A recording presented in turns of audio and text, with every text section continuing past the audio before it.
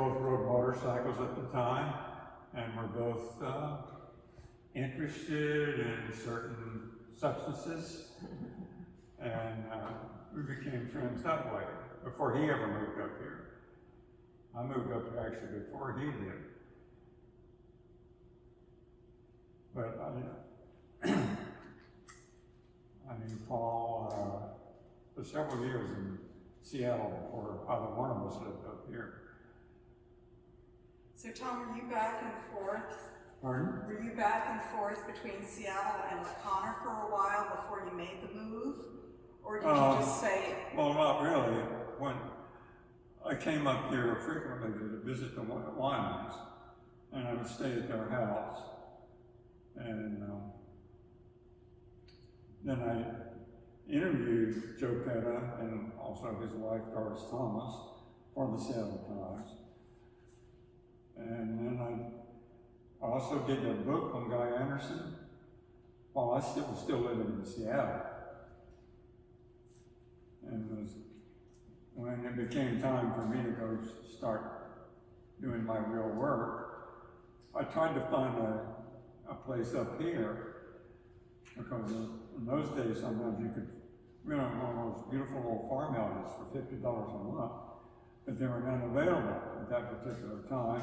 So I moved to South Bend instead.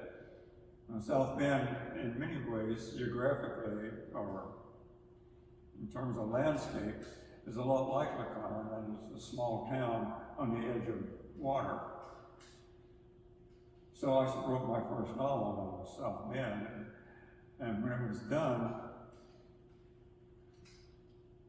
I moved, got my advance from Doubleday, and moved immediately up here and found and bought a house. I think I rented it at first for $50 a month, and later bought it for some also unbelievably inexpensive price. And I've been here ever since. It was 1970.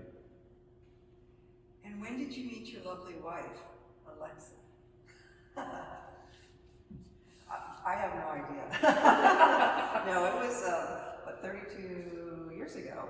So he started bringing me up here and we would go to, Guy's studio, and I'd hang out with Bill in his studio, and we'd go to the little early days of the Gatchis Mansion where the exhibits were up in the little turret, and it's just interesting to see all of this coming together now in this time, all these decades later in this beautiful space. And even though this is, these are such strange times and there's no big banquets or tent out front, we have the art and we have our artists, and this is really what it's about. And I think this is actually kind of, in a way, kind of nice, this simplicity, we're just getting back to the basics of what we want to support in this region. And, especially now, arts are really important. So it's really lovely seeing all these people gathered, all these people we've loved for decades, and all of our friends. All your friends hanging on the Yeah, walls, it's really quite remarkable. cheering on.